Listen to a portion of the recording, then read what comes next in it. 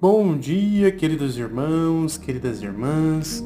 Hoje nós vamos celebrar a memória obrigatória de São Francisco de Assis, também o nosso patrono da nossa capela, que fica lá no bairro São Francisco, que amanhã vamos celebrar a Santa Missa em louvor e honra a São Francisco de Assis às 19 horas.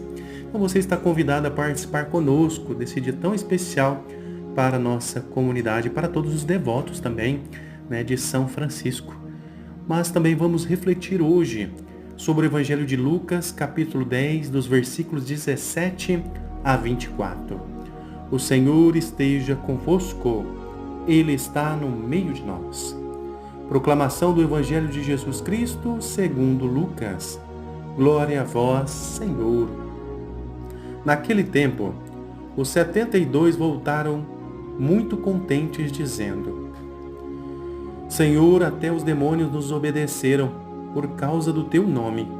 Jesus respondeu: Eu vi Satanás cair do céu como um relâmpago. Eu vos dei o poder de pisar em cima de cobras e escorpiões e sobre toda a força do inimigo. E nada vos poderá fazer mal. Contudo, não vos alegreis porque os espíritos vos obedecem. Antes, ficai alegres porque vossos nomes estão escritos no céu. Naquele momento, Jesus exultou no Espírito Santo e disse: Eu te louvo, Pai, Senhor do céu e da terra, porque escondestes essas coisas aos sábios e inteligentes e as revelastes aos pequeninos. Sim, Pai, porque assim foi do teu agrado. Tudo me foi entregue pelo meu nome, pelo meu Pai. Ninguém conhece quem é o Filho a não ser o Pai, e ninguém conhece quem é o Pai a não ser o Filho, e aquele a quem o Filho o quiser revelar. Jesus voltou-se para os discípulos e disse-lhes em particular: Felizes os olhos que veem os que vos vedes. Pois eu vos digo que muitos profetas e reis quiseram ver o que estáis vendo e não puderam ver. Quiseram ouvir o que estáis ouvindo e não puderam ouvir. Palavra da salvação. Glória a vós, Senhor.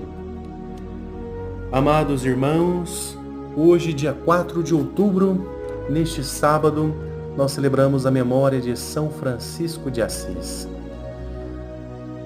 um dos santos mais amados e imitados da história da Igreja. Ele é chamado o pobrezinho de Assis, mas também um homem do Evangelho, porque quis viver a boa nova de Cristo de modo radical, literal e amoroso. Em um tempo de riqueza e poder, Francisco escolheu a pobreza e a fraternidade como forma de seguir Jesus. O Papa Bento XVI dizia que Francisco é um homem que viveu a profunda conformação com Cristo. O segredo da sua alegria era ver o mundo com os olhos de Deus. Outro ponto teológico é Cristo pobre e crucificado. No centro da experiência de Francisco está o Cristo pobre e crucificado. Diante do crucificado de São Damião, Francisco ouviu o chamado: Francisco, vai e reconstrói a minha igreja, que, como vês, está em ruínas. A partir dessa experiência, ele entendeu que não se tratava apenas de reparar paredes, mas de renovar a igreja pela conversão e pela santidade. A teologia franciscana nasce desse encontro. Deus se faz pobre para nos enriquecer com o seu amor. Para Francisco, contemplar o crucificado é compreender que a verdadeira grandeza está em servir e o verdadeiro poder está em amar. Ele rezava: Ó alto e glorioso Deus, iluminai as trevas do meu coração, dai-me fé reta, esperança certa e caridade perfeita. Francisco nos ensina a agir pastoralmente, a fraternidade universal. Francisco descobriu em Cristo o irmão de todos, por isso chamava todas as criaturas de irmãs. E ele dizia no Cântico das Criaturas: Louvado sejas, meu Senhor, por todas as tuas criaturas. Sua vida nos ensina que a criação é um dom não um objeto de exploração. Ele via na natureza o reflexo do amor do Criador.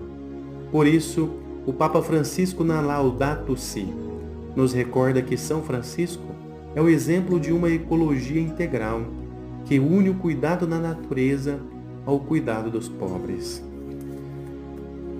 Francisco também nos dá a oportunidade de implantar a sua teologia no cotidiano. E a primeira coisa que ele nos pede é a simplicidade e o desapego. Vivemos cercados por excessos de bens, de preocupações, de ego. Francisco nos convida a voltar ao essencial. No dia a dia podemos praticar o desapego, doar o que não usamos, evitar desperdícios e escolher a simplicidade como forma de liberdade. Outro ponto que ele nos interpela é buscar a paz e a reconciliação. Francisco saudava todos dizendo: "O Senhor te dê a paz". No cotidiano podemos ser artesãos da paz, escutar mais, perdoar, não responder com agressividade. Ser cristão é ser ponte, não muro. Outro fator é o amor pelos pobres e esquecidos. Francisco beijou o leproso, símbolo do excluído de seu tempo. Hoje, ele nos ensina a olhar com ternura para os que vivem à margem, os pobres, os doentes, os solitários. Servir é amar concretamente. Quarto ponto, cuidado com a criação. Em tempos de crise ecológica, São Francisco nos inspira a cuidar da casa comum. Gestos simples: economizar água, plantar, reciclar, evitar o desperdício são atos de fé, pois amar a criação é amar o Criador. O quinto ponto, e é também onde Francisco nos ajuda, seguir a Cristo à maneira de Francisco. São Francisco não fundou apenas uma ordem. Ele reacendeu no mundo o fogo do Evangelho.